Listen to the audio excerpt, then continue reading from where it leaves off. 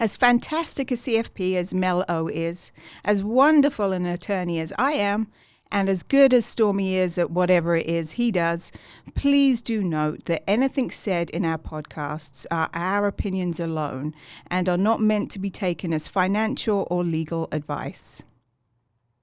Welcome to Finances, the Other F Word, a Gen Xer podcast for musicians and music lovers, where we discuss money and music without all the pretentious bullshit.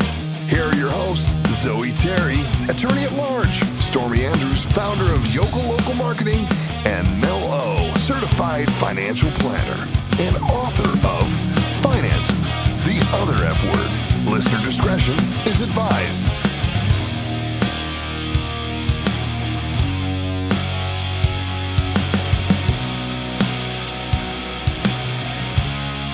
Hey guys, welcome to Finance is the Other F Word. And today on the show, we are going to be talking about Amazon, who just made the news recently with an $8.45 billion purchase of MGM Studios.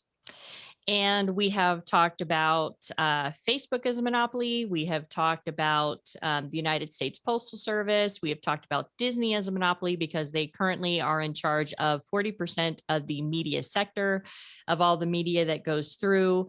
They had an antitrust lawsuit against them when they were getting ready to purchase 21st Century Fox. And of course, what happened is that it failed. And then AT&T bought Time Warner, and there was an antitrust lawsuit against them, and that one also failed. And so now we have Amazon moving into this space. So before we get into this uplifting topic, Zoe has to welcome some new countries. I do. Welcome to the Dominican Republic, where I have visited. Woo! Todd and I went. Yeah, Todd and I went. I know. I don't know why I was expecting noise. Yeah, I don't know either. Like, well done, you. Todd and I have slept and drank there. I think we went there for our honeymoon. I'm not really sure, but yeah. Dominican Republic, welcome, love you. Serbia, not been there yet, but I hear it is actually quite beautiful. And Egypt, welcome. Egyptian lover. Hey, Mel, you have on your machine, one of those buttons makes clapping sounds. We can have Zoe do the, not that one. Press the other one. Press another one. Nope, another one. Yeah, we can. Let's do another one. Another one. Do a different one. Where's the clapping? There. Oh. Nope. Nope, I think it's right. Okay, so we one could be here all day. One of them is clapping. There's only like 8. This is the only one that's close to clapping. So tell us that you've been to the Dominican Republic again, all excited again. So we're welcoming the Dominican Republic, and I've been there. Wait, it was very short. It was very short. Hold it down. Let's see. Or tap it. Something happened. Yeah, that was pretty bad. Oh God. It went away. That's it. Those are all such an anticlimactic. Yeah, anticlimactic. You guys didn't hear it? It went. It went. Oh, on my side, it's like loud as balls, and it keeps going and going and going. No, here it just went. So interesting. Yeah. Maybe Zoom took it out. You know your Zoom settings? Oh, you know what? That's me on the Zoom settings. Give me 1 second. Bless you. Did that sound loud? That sounded louder than the clapping. I'm gonna change the settings so this way you can do it again. Give me 1 second, okay? Try it now. Let's see what happens. It got a little bit longer, but it probably requires a little bit more of an advanced setting that we probably don't have time for. But I'll make sure that I get to those settings at a future date. How's that? Either way, I think we can agree that everyone is wildly excited that Todd and I went to the Dominican Republic probably about 10 years ago now. I don't think anyone's quite recovered in the Dominican Republic from that joy. So, yeah, I'm sure they're having, annual holidays and whatnot. I think so. At the sight of Todd sleeping like a 93-year-old man for the entire week. Yeah, I had to prod him every so often just to make sure that he was still alive.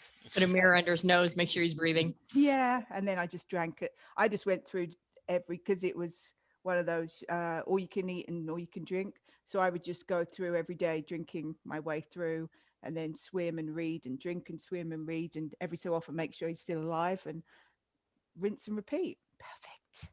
Yeah, no, I did the all you can drink on a cruise, and I got so drunk one night, I literally drank myself off the bar stool. Oh, Like nice. literally where you're so fucked up, you're drinking and you have no whatever, and you literally drink. I drank myself off the bar stool and stumbled back to my room. So Now, if we did that now, there'd be some kind of injury. I'd be fucking, I wouldn't be Yeah. able to even move, dude, for real. Yeah. So let's talk about, hit my desk. So let's talk about Amazon and if they are a monopoly in the making, not a monopoly or what. And I'll just say this at the top of the hour. If you guys want to know about monopolies, listen to the Men Who Built America episode, and that's it. I'm not going to keep referring back to it. I know, but what, Stormy? I'll just say, that type of monopoly. Yes, exactly. Well, and that's funny because like there was two major takeaways from this. Number one, when I go into an incognito window, I typed Amazon a monopoly ? The very first thing that came up was buying the board game Monopoly on Amazon. And I'm like, if that doesn't say everything right there. And then exactly. Then the second thing is when as normal, I put all the resources in the show notes. So, if you want to look at what I read, you can click on it. I was reading an article about streaming, how much income was produced by streaming. This is what fucking cracked me up. It said Gen Z is the largest consumer of, entertainment data at, like 4 different platforms that they pay for. The next is followed by the millennials at, blah, blah, blah. And then it goes right from the millennials to the baby boomers. And it's like, and the baby boomers come up through whatever. And I was like, a whole generation, motherfucker, Gen X, this whole generation. This happened so much, you guys. Every time I read stuff, it seems like the only fucking is the Z's coming up, the millennials and the boomers, and this whole fucking midsection, which quite frankly is the best generation, in my opinion, is just like, fuck you guys. So I don't know if they think we're either millennials or boomers, I guess. But I mean, I just saw that. So I was like, yeah, let me write that down. That's crazy. So let's talk a little bit about Amazon. And let me look here. Oh, that's right. I can't, so I'm going to have you look up even though I'm looking at it, look at what Amazon closed at today, Stormy, because I can't say it. We're going to get to it in like 3 seconds, but you can say it. Okay. So in the beginning, Amazon was created July 5th of 1994, 2 days shy of a very important day in Bellevue, Washington. I'm from Washington State. And of course, everybody knows that it started as an online bookstore. And in May 15th, 1997, they went public with their IPO, which is an initial public offering, which we spoke about before, at $18. Today, what happened, Stormy? They closed at $3,186. So you heard that from the non-licensed person. And thank you for that, Stormy. I appreciate that. In 2000, which of course, you know that most of Jeff Bezos' fortune is in Amazon stock. So that's kind of a nice little jump for him since 97. And in 2009, Amazon bought Zappos for $1.2 billion. We talked about Tony Hsieh on our Variety episode, I think, about his passing. I don't know. I'm getting all of my things mixed up. And in 2011, Amazon started buying more technology startups to launch and improve the Amazon Echo and their web services. Now, in 1994, Bezos started investing in smaller tech companies. And then what happened is when the tech bubble hit and burst, it almost took Amazon under, but they were able to stay afloat and move forward. And so then we see in 2011, he starts investing in more technology companies, but the technology companies, he's doing it to extend his product line, specifically with Echo and the web services for Amazon, which is the biggest part of their revenue as of current. In 2013, Bezos purchased the Washington Post for $250 million. In 2014, Amazon purchased Twitch for less than $1 billion. And for those of you who are not familiar with it, Twitch is where people play video games and you watch them, which I still don't. Sounds like so much fucking fun. I know. I'm like, what? You mean instead of playing the actual game, I don't know why I'm grabbing my boobs. That was a little weird. Did you see that? I'm like, no. You mean I feel strangely comforted by doing this. I might just do the rest of the show holding my boobs. But literally I'm like, you mean I get to watch somebody play a game instead of having the fun of playing it myself? Oh, the joy. And it's such a big thing. And they're like, oh, these guys are funny. It's like watching, but for this generation, it's the same as the earlier generations watching football, basketball, because they don't watch any of that shit. But for them, it's watching the same thing.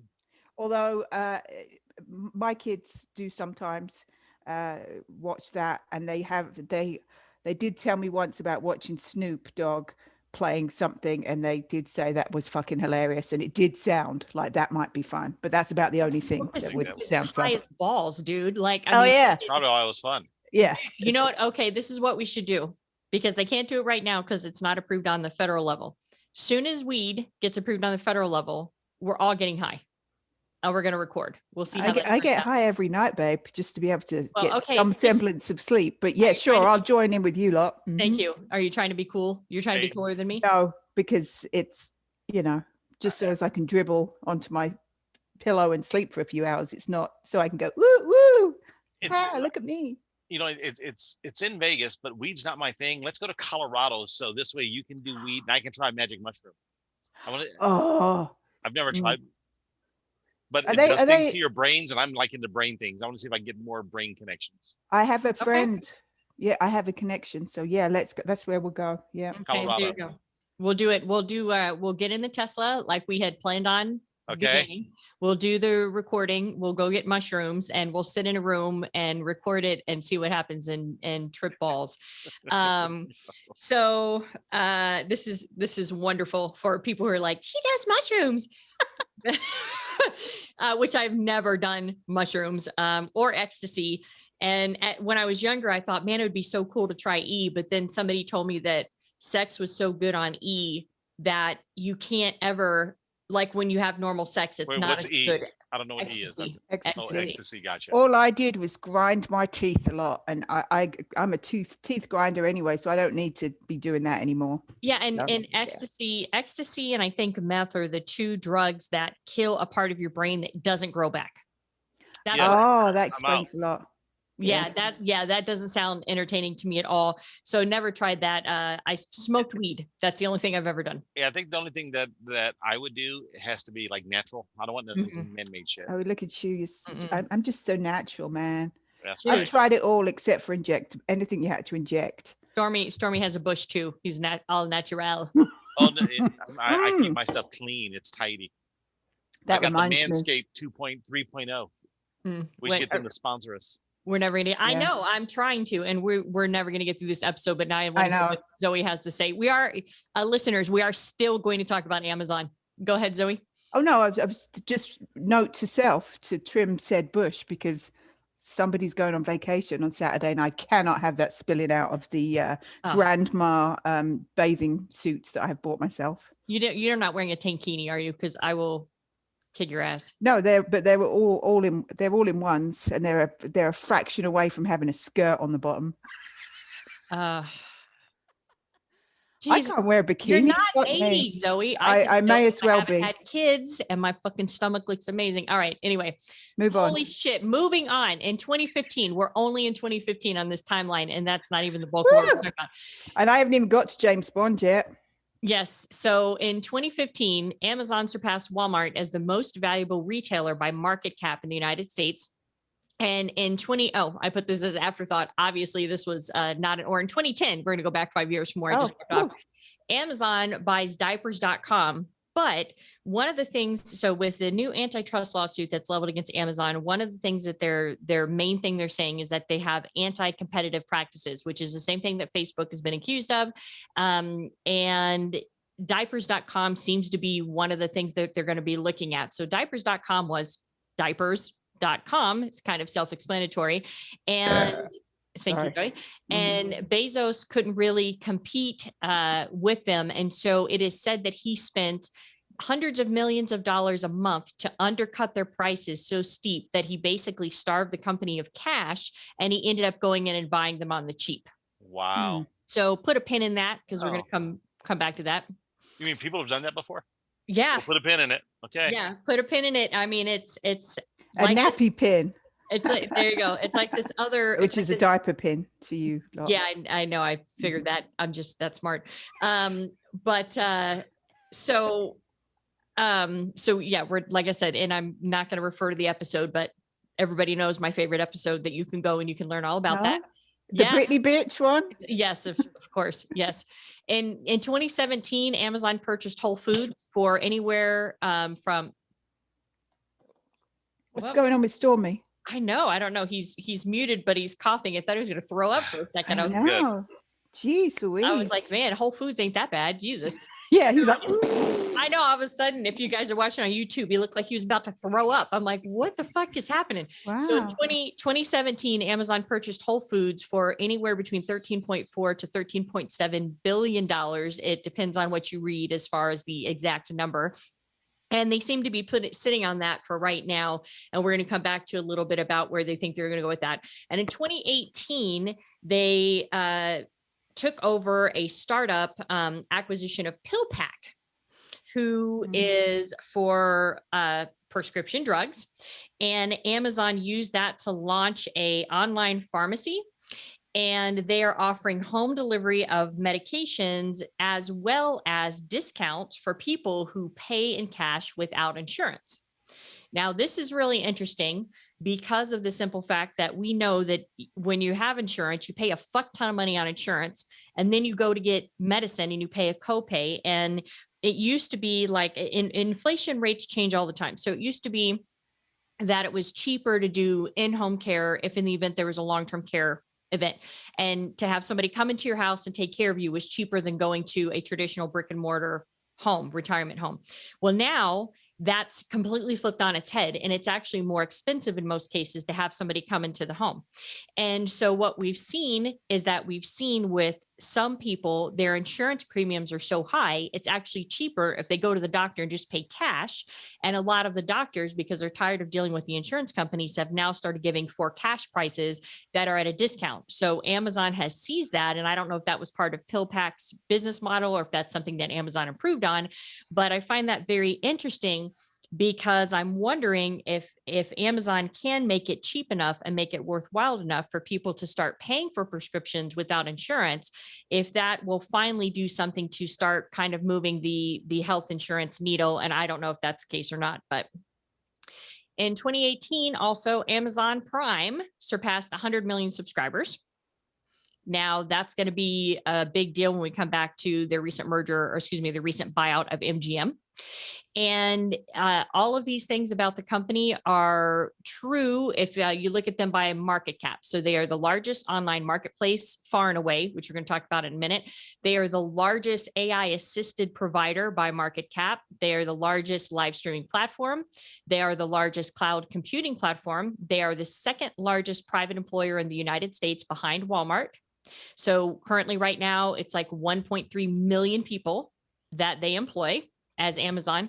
They are the largest internet company in the world by revenue. And as of 2020, they had the highest global brand valuation. So you guys need to start getting an understanding of how big Amazon is. And in my research, I came across a quote from somebody that said Amazon isn't manipulating the system, they are the system, something to that effect. So let's get kind of an understanding of how big these guys are, not including their purchase of MGM recently. So they lease about 345 million square feet for fulfillment and data centers, retail space, and offices. And they have a bigger, Amazon has a bigger physical presence than Target. Okay. Its fulfillment and data facilities could fit 2,000 Costco warehouses inside of it. So this is how big these fulfillment centers are. And like I said, they employ 1.3 million people, and 100,000 of those are drivers.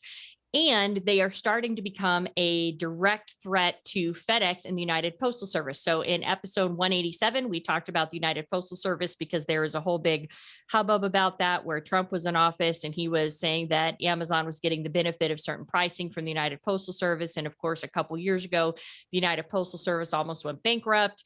And we talked about how the United Postal Service is half a government agency and then half a private thing, and how they're tiptoeing in both places. They don't pay taxes, but at the same time, they pay taxes on some things, but not other things. And they have given a discounted package rate to Amazon, but it's never been disclosed what it is, but it is presumed that they have done that. So if you guys have, you want to learn more about the United States Postal Service, what is wrong with you guys today? Jesus Christ. All right. With what? What's going on? Zoe's like, I don't know, what is it? We're Listeners, both choking on our own. I'm sorry like, for the rudeness. I'm sorry for the rudeness. So anyway, check out episode 187. Now, Amazon just bought MGM for $8.45 billion, which of course gives them the James Bond series, which Zoe is going to have a little rant, I'm sure, coming up here shortly. And I did a special report on, I think it was last Wednesday when it was released, that they purchased them as far as all of the different brands that they got. And Bezos has said that he's going to step aside. He actually just in the last couple of days has given a date to when he's going to step aside as CEO, and it's turn it over to Andy Jassy, and who is the one who currently runs Amazon Wireless Services. Now, we have the antitrust lawsuit that just came against Amazon in regards to anti-competitive practices. And we've had a couple people, we've started slowly see things come to light that they're being accused of doing. So we had Pop Sockets, who a lot of people might not be familiar with, but Pop Sockets is, you know, on the back of your cell phones, you put the little stand. Yeah. That's a Pop Socket, or, you know, cases or things like that. And so Pop Socket testified, and he basically said that the Amazon took Pop Sockets and kept dropping the price. And then they went back to Pop Socket and said, hey, you need to pay us the difference of the price that we dropped. And so that was part of the things. And the thing that's going on with Amazon right now is that their big problem is first of all, in order to trigger an actual monopoly, you would need to have somebody by definition that controls over 50%. Now, Amazon is not there yet, but they're real fucking close. And the thing is that Disney also currently, at least the time of the antitrust, was at 40% of the media sector, which I'm sure give them 2 years and they're going to be pushed over it. And now we have Amazon that's knocking on the door of that as well. Now, is that the reason why the Disney merger was allowed to go through? I don't know. I think it's because everybody's getting lobbied, and all of the congressmen and women on both sides are dirty bastards, and they're probably pocketing a fuck ton of money. And so we had Pop Sockets come out and go, hey, look, they're fucking us. The European Union has cited similar concerns because they're having people on their platform sell products while they're selling their own competing products. And so they have the complete market, the complete infrastructure. They have fees that are set up, and their fees, just their fee increase alone last year during the pandemic was $83 million was the increase. And just the fee section that they were charging people who are on their platform trying to sell stuff. And so the people who are on their platform is saying that they're specifically getting undercutted by Amazon, who they're paying to be on their platform. So they're accusing Amazon of double dipping. Yeah. And so Amazon has, according to Bezos, has 3 major pillars. But the thing that's very interesting is that they have an other column, and their other column, the column that just matches other, is so big that just that revenue that's generated by the other column is bigger than almost 80% of the companies in the S&P 500. Wow. So you guys need to understand how big these motherfuckers are. Like, this is not, you think of Walmart, you go, every city has a Walmart. No. You have to think of Amazon. They got the Whole Foods groceries. And one of the things that, because, they're kind of looking at that like, oh, that was a misstep by Bezos. But, we had Instacart that came online hard and heavy right before the pandemic. Then the pandemic hit. And so they're looking at doing something potentially like that with their merger with PillPacks. Amazon has stated that they are getting ready to open brick and mortar pharmacies, and whether they're going to carry the Amazon name or not. And so again, that would be very interesting to see, because one of the things we haven't talked about on this show is healthcare and the outrageous costs and the things that are built into that, and how everybody's got their fingers in your fucking premiums and when you go in to pay the doctor. And so it would be very interesting to see if Amazon can come into that space and do anything. The reason why there's some concerns that the antitrust might not stick is because typically when there's an antitrust lawsuit, the concern is that they're going to screw over consumers, and consumers are not going to have the lowest that are going to, all the rates are going to be jacked up and there's going to be nowhere else to go to. So far, besides fucking the people on their platforms, they have been able to drop not in every sector, but in some sectors, they've been able to drop down the price of things. And so the way that the antitrust is written now is that it specifically focuses on if you're manipulating the market and you're raising the prices. But just because they're not doing it now doesn't mean that they can't in the future, number one. But I'm really curious to see if they get the brick and mortars opened, if there would be any way that they would be able to maybe stir up the health care sector and do anything. Because I mean, you see CVS, they went into the quick care space, right? I mean, I got my shot at a Walgreens for COVID. And so the thing is that if they get brick and mortar pharmacies built, how are they not going to be a hop, skip, and a jump away from doing any type of quick cares? And then you can now you see them in, they can get in the grocery space with more people. Like there's a saying in my industry, the market can stay irrational longer than you can stay liquid. And the thing is that Amazon has so much money and control the market so much that they can completely come into a space and manipulate the space now. And if the antitrust lawsuit doesn't go through, and which the chances of them breaking it up are slim to none, I'm sure the antitrust lawsuit's going to fail, as many have done. I don't know what the fuck the Department of Justice is doing. So that you can just kind of see how it can continue to extend. And they are dominant in almost every sector, which we're going to talk about here in a second, with the exception of auto parts, which I'm like, we'll give them a fucking second and they'll be on that shit. And so they are dominant. Amazon dominates the online purchase sector, which I mean, everybody knows, but Walmart is still the largest retailer in the world. But Walmart's sales for online is $64.6 billion versus Amazon's $367 billion in sales. So you have $367 billion in online sales. And then you have the second position, which is Walmart at $64 billion. And of course, Walmart has now started trying to invest in tech to try to close that gap. I don't know if they're going to be able to do it or not. So like I said, they do not have 50% overall, but in a lot of sectors, they have over 50% as far as in those individual sectors. And so in the book market, they have 83% of all online books, videos, music sales. They also have 50% of computer sales and consumer electronics, toys, and hobbies. And like I said, when I Googled just to get my search started, Amazon Monopoly, the Monopoly game on Amazon came up. That was the first fucking thing.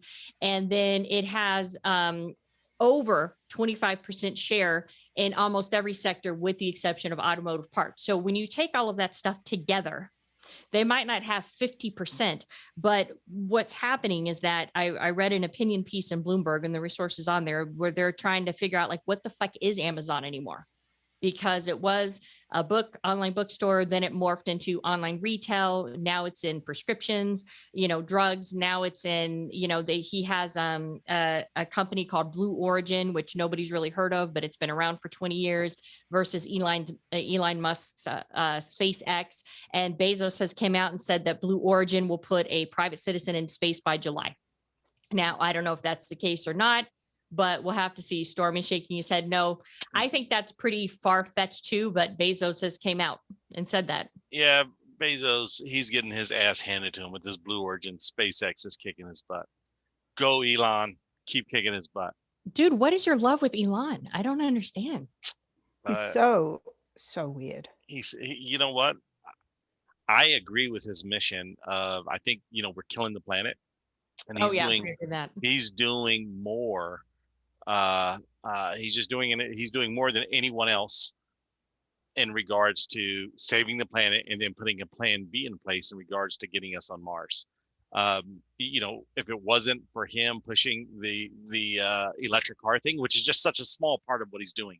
But yeah, so I'm excited because I am kind of a tree hugger in that regard. And I'm like, man, we're killing this fucking planet, and what he's been doing to save the planet, not just on his own accord, but if you just look at everything he's doing, is pretty awesome. And then with his billions upon billions of dollars, that his mission is to like save mankind. So he's trying to raise billions and billions and billions of dollars, because he wants to parlay that into colonizing Mars. Come on now. That's an incredible statement. And why does he want to colonize Mars? Because he says, hey, listen, statistically speaking, for the human race to survive, one of these planets could be taken out. Both could be taken out, but at least we're increasing the odds.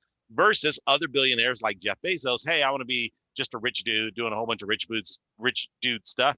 But Elon Musk parlayed everything. All of his millions of dollars, he parlayed it all, gambled it all for Tesla, which is something I certainly wouldn't have had the balls to do. He already made a shitload of money in PayPal, and then he gambled it all on Tesla, which was a losing proposition, which is like balls of steel, which is why I like him. And then he's just doing more to save the planet. So yeah, so get off me. Yeah. So that was Stormy's 5-minute commercial for Elon Musk yet again. For you guys out there, we're talking about Amazon and Blue Origin, who is Bezos' thing. And I wanted to correct something. I had said in fees alone that it was 83 billion last year, and it actually was in sales and fees for the platforms of $83 billion. And also in a previous episode, and I don't remember which one, I had said that when I was doing reading, Bezos had an affair, and the Inquirer, I think, came out and said that they had a picture of his dick, and they didn't. And so it was falsely reported that they had a picture of his dick, and Bezos was like, boom, here's my dick. Who cares? And that's actually not what happened. The brother of the chickie that he's dating now was the one who was having the affair with, turned over a whole bunch of text messages because the girlfriend showed her brother the text messages, including some sexting that was obviously going on between them. And he turned it over to the Inquirer. And he alluded to the fact that there was a penis pic in there, but there was never a penis pic. He was just trying to get more money. And so, I mean, I'd like to see it. I mean, yeah. Hey, I would. I mean, why not? How much you guys give me for my penis pic? We got any offers? Patrons. So if you would like that as an extra bonus, Woody, would you like to see it? Woody's probably seen it. Woody would. If so, Woody's probably like, oh yeah, he's like, yeah, not again. Mine's not, way bigger. Not that old thing. He's like, mine's way bigger. So now another thing that is a concern with Amazon is that they have a huge amount of personal data. And like I touched on before, they are the biggest user of AI in assisting with doing any type of shopping. So the amount of personal data that they have on you is fucking crazy. And I'll be honest with you, I maybe order from Amazon maybe 4 times a year. Oh God. I do probably do it four times a week. Yeah, I do it 3 or 4 times a day. I'm like, hey, I want all my stuff to come separately. Yeah, I can't wait at the end of the day. I love that. And now they send you a photograph of the fucking package outside on your doorstep, so you can get out there and get it before anyone sees. Absolutely. So this is all I see. How many trees are cut down and to do all those boxes? But more importantly, I'm a minimalist. I don't like stuff coming into the house unless it has a purpose. If a piece of clothing comes in, I want 3 to 4 pieces of clothing going out. So I am not an accumulator of stuff. So I do not order from Amazon. I am not an Amazon Prime member, which I'm sure I'm the only one probably in the state of Nevada who's not an Amazon Prime member, and definitely not I'm the only one out of my friends who's not an Amazon Prime member. That being said, if I do need anything off Amazon, I have them order it, and then I pay them the money so I can get it faster. But I just don't do any of the streaming services. And one of the things that makes Amazon that they're trying to focus on is the fact that they're trying to keep Amazon Prime subscribers as a viable revenue stream, especially as Walmart is moving more into the digital space. And so one of the other things that Amazon focuses on is ad revenue. With all of that personal data that they know about you, they use it for ad revenue. And we've talked about Facebook using personal data on Facebook the Monopoly episode. And for the year 2020, 10.38% of the ad revenue that they had as far as market share, 10.38% of the ad revenue field versus Google's 28.9. But Amazon and Facebook are closing the gap on Google really, really fast as far as target marketing and ad revenue. Of course, we've touched on Blue Origin, where he says he's going to have the first person in space in July. I don't believe that either. I don't think he's going to be able to make that. I haven't even ever heard of Blue Origin until I did the research today. So if they have been doing any types of trials, they have to be low key, or maybe I'm just reading the wrong things. I'm not really sure. And so some of the other things that they have been accused of doing as far as anti-competition practices in the antitrust lawsuit is that, and this is Amazon has delayed shipping of books from certain publishers that they're currently in dispute with. So the publishers sent the book, so Amazon had them on record, but then they would purposely delay them. The accusation is 2 to 3 weeks out for delivery because they were trying to basically use tactics to manipulate the publishers to get the best deal that they wanted. And on some other publishers, they have been accused of completely removing the buy now button. So this is a big deal because Stormy's working on his audiobook. I'm working on my audiobook. And the thing is that, you know, they own Audible, and there's not a whole, I mean, when you think about books on you know, Audible books, you think obviously Audible. And the thing is that they take a very huge lion's share. So if there's anybody out there who's writing a book or looking to do their audiobook, I would strongly suggest that you look at other places before you just sign up for Audible. There's a couple things within those contracts that I found just in my independent research that they put you into, and they do it because they have that large distribution network, and because, like I said, they own Audible, so they take a huge chunk off the top. And they are obviously not above punishing publishers that they deem are not working within their realm. And this happens when you have a platform that's so big. And we covered this on Facebook, the Monopoly episode. And so the drug distribution, we've talked about how they're getting ready to launch brick and mortars. And so with all of that stuff that is going on, they got the antitrust lawsuit was filed, I believe it was last week, by the Attorney General in Washington, D.C. And there are also independent states that are weighing their own actions. Amazon has also been accused of not treating employees fairly, firing employees, blatantly firing employees who have expressed concerns about a variety of different things. So that has come up something with that. And the speculation, part of the speculation is that one of the reasons why Bezos is looking at stepping down is he wants to focus more on his philanthropic stuff. But in another resource, they said that that way he wouldn't be the one who would be testifying in front of Congress. It would be Jassy. And the thing is that the belief is that having the richest man in the world trying to defend himself in front of Congress, that he doesn't have a monopoly, probably is not going to look so good. But, and I'm going to have to say it, in the Men Who Built America episode, when they broke up Standard Oil, they made Rockefeller even richer. So even if the antitrust does come through, which I really don't think it will, and it bothers me because of the simple fact that I'm always more concerned. It's as a person who makes their money off capitalism and helps other people make their money off capitalism, part of me is like, yeah, go Bezos. Like, that's fucking awesome. You built that company, you're worth how much? Fucking high five, dude. Like, you're the man. Then there's the other part of me that goes, yeah, but the ramifications for the 99%, even if we don't see them right now, could be so massive.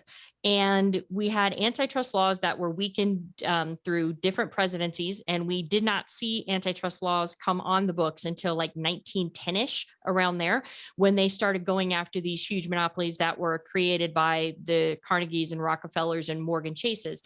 And we've seen a lessening of those, and now we're starting to see a whole bunch more monopolies come online. And even though the 99% isn't specifically feeling the effects of it yet, it makes me very concerned, because I'm always going to be more concerned about the 99% first. And I don't know where this is going to go. And now they've purchased MGM, and the primary reason for purchasing MGM, who is historically obviously a powerhouse, but I would, arguably not so much now, is the fact that they needed more content to compete with Netflix and to keep Amazon Prime members coming, because of course that is a yearly subscription fee, and it's, cross sell. So when I worked at Wells Fargo, we did an episode on Wells Fargo where I talked about all the bullshit of what happened with working at Wells Fargo. And for those of you out there who want to know, it's episode 155. And one of the things that they sold, one of the metrics that bankers had to do was cross sells. And so everybody who came in the door, they expected you to sell at least 4 products to.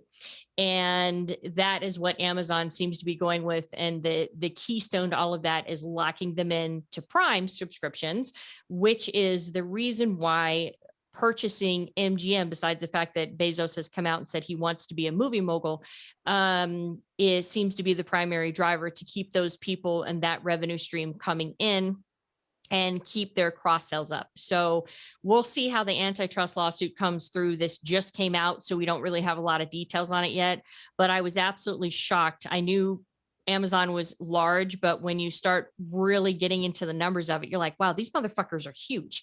So that's what I got. And part of the MGM purchase was James Bond. And so I'll turn it over to my favorite Brit to bitch about that, I'm sure. Well, I'm not actually going to bitch too much. I was very concerned because, as you said, MGM owns their library includes the James Bond movies, but thankfully they're not going to be able to fuck with them too much due to an interesting fact that there is a couple of step siblings who actually own the rights to the James Bond movies and get to decide the rights to produce the movies, and they get to decide who directs the Bond movies, what stories are told, and even who play James Bond. And they have pretty strict control over the James Bond movies, and none of that changes with the change in ownership. And those people are Michael Wilson and Barbara Broccoli, and they inherited the rights to produce the James Bond movies from Barbara Broccoli's father in 1995, and they are very heavily involved, and that nothing is changing there with the purchase. So that gives me some comfort. Yes, because it's very British, and it doesn't need to be fucked with. James Bond. What? We need an American James Bond. No, we fucking don't. We do not. We don't. I want to know what's happening. Who's going to be the next James Bond? But we're still waiting for the fucking next film to come out. No Time to Die, as you know, it was made in 2019. It was filmed in 2019, and we're still waiting for it to come out. Well, but they were shopping it. They were trying to get Amazon Prime and Disney to take it straight to streaming, and it never worked. So they were trying to put it out for you, Zoe. Yeah, but that's you don't, you need to see you need to see the James Bond movie first on a big screen. So I agree with that. And now it is apparently going to be October now. No Time to Die, Daniel Craig's last foray as James Bond. It's going to be October, and then you watch them on Boxing Day and everything else. But yeah, so these two step siblings, they're so into it and so heavily involved that Barbara Broccoli, she's the one who picked Daniel Craig. I bet she did. I bet she picked him. I bet she got to. Anyway, so yeah, so that's my little James Bond thing. They're still, it's still very much going to be. Is she related to Charles Cauliflower? No, I don't. I mean, it might be a distant relative. Okay, I was just curious. I thought you were going to go with eggplant and somehow transition that into the size of your penis. Yeah, I guess I could have went eggplant instead of the cauliflower. Dang, I blew it. Yeah, I was thinking about going Brussels sprouts, but I would have had to go like Bob Brussels sprouts. So Bob Russell, my good mate. I would say Bob Russell, but that probably is a British person named Bob Russell. I'm sure there is. Yes, I'm sure there is. But so anyway, so my panic is over. Panic in the Disco is over. James Bond will remain tightly controlled by Ms. Broccoli and Mr. Wilson. So they can fucking carry on for all I care, as long as my Bond movies were all right. There you go, listeners, that you're safe for another night with the James Bond franchise. Yeah. And with that, we'll just keep looking at the antitrust lawsuit and see how it comes out and how it moves forward. I'm interested to see how they're going to move into the sector, because if you do a brick and mortar pharmacy, you're just a step away from brick and mortar grocery stores, and you're just a step away from brick and mortar healthcare. I mean, all of this is, crazy. Plus, you have to remember that they have a launching pad of already built-in employees of 1.3 million people. So if they wanted to launch any of these things, they have seeds of 1.3 million people that they can start using to move into the different things that they're trying to do. I don't think they're going to be able to break them up, but it's interesting to watch. So do you guys have anything to add on that? It's kind of interesting. You know what? It's so I'm reading a book, and I'll recommend it to our audience. It's called Post Corona by Scott Galloway. And he goes deep into Amazon. He says, how do you want to figure out how the next area that Amazon's going to dive into and just dominate? They look at whatever there is a cost on their cost sheet. So if they have an expense, let's go figure out how to turn that into a profit. We have an expense line item. Let's figure out how to turn that into a profit line item. And his belief is medical is one. It's pretty interesting book because he goes deep into Amazon. And I just wanted to kind of share that their philosophy is ruthless. There's no question about it, but they look at their expenses and then they sit around and think about how can we turn this expense, this line item of this particular expense into a revenue stream. Yeah, and which do that over and over again. Yeah, which is great. And that's what I'm saying. If you have 1.3, I mean, you hit the nail on the head. If I have 1.3 million people working for me and I'm trying to move heavy into the health sector, and I've already have a prescription company that carries all the licenses and all the relationships and stuff that I need. Plus I already have a distribution network. And then what I can do is absolutely, if I'm looking at healthcare costs for my $1.3 million employees, if I can figure out a way to have their copays come to me and potentially lower their premiums and take that away from whoever's providing their healthcare now and move that into my system. And Walmart did something similar with this, and a lot of big companies are doing this, even just to the effect that you see a lot of companies spin off and have credit unions for their employees. You see a lot of teacher credit unions. Boeing has their own credit union.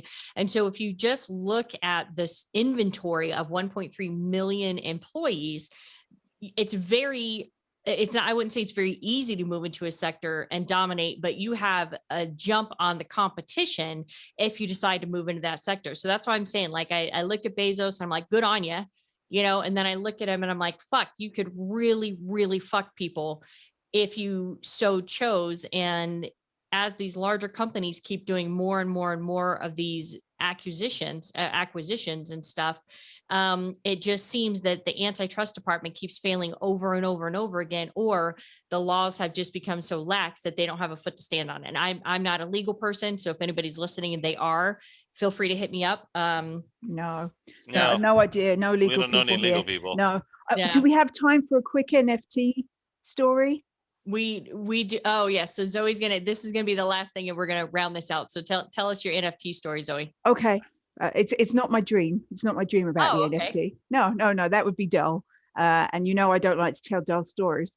So about 14 years ago, I don't know if you lot remember this, but if you had children, either way, 14 years ago, there was this thing on YouTube.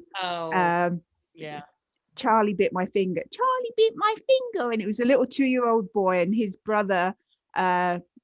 He was messing about with his baby brother and he bit his finger. And it was on YouTube, and it was this big YouTube sensation.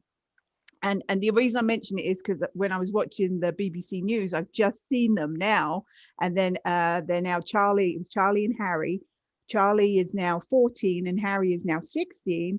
And they have just sold. They've taken it off YouTube and made it into an NFT and sold the NFT for just over £500,000, which is about $700,000. The YouTube video, which I remember my kids going on and on and on about, Charlie bit my finger. It had 885 million views. But for all our our views on these NFTs, or but they now have 2 other brothers, so there's 4 kids, and in total I think they've made about £1 million out of this this little YouTube video that they put together, and Their parents put together. that the parents put together. And yeah, they're I just watched a little interview with them, and they're very cute boys. And yeah, they're using it to fund the 4 boys' education, and Dad's happy. Dad's happy. Dad looked very happy as he sat on the same sofa that same sofa set that they used to film the same YouTube video on 14 years ago. But there you go, NFT for $700,000. So Mel, what's the problem? You should have an NFT. Hey, it's funny you say that, because I got my best attorney on it. Right. Okay. Yeah, not right now though, because she's getting ready to go on vacation. She gives zero fucks at this point. But when she comes back, then she'll be on it. And I did see that. Did you see that video, Stormy? No. It was fucking stupid. So we'll end the episode. I saw it when it came out. I thought it was fucking stupid. I didn't think it was cute at all. It's little kid, he bit my finger. Okay, well, stop putting your fucking finger in his mouth. And it's like, oh, and he just keeps doing it. So what we'll do is we're going to end this, and I'm going to have Stormy pull. Oh no, that's right, they took it off. I'm sure it's somewhere on the thing, and you can watch it with us, Stormy. It's fucking stupid. And you can make comments of who should, with that being said, I would love to put give us comments, right? Who has a video out there that they should absolutely turn into an NFT? You know what I mean? That would be better than this Charlie one. The one I would vote for is Linda. Oh, come on. The little kid where he's talking to Linda. Oh, come on. I don't know what you're talking about. You guys are killing me. I'm sure I do. Go to YouTube. Okay, well, we're going to end this, and then we're going to keep recording. We'll keep recording for our patrons, and we'll see this, because I don't know what the fuck the Linda thing is. Anyway, so follow us on social media at Finance is the Other F Word. Follow Lily Lou Mittens on Instagram. Pick up my book, Finance is the Other F Word, Another F Word to Love. Amazon, Target, Barnes and Noble, and Walmart online. Stormy, World's Best Buyer Persona System. We're out this bitch, and we will be talking at you soon. Peace. Bye. Thank you for listening. If you like the show, please rate and review us and tell your friends.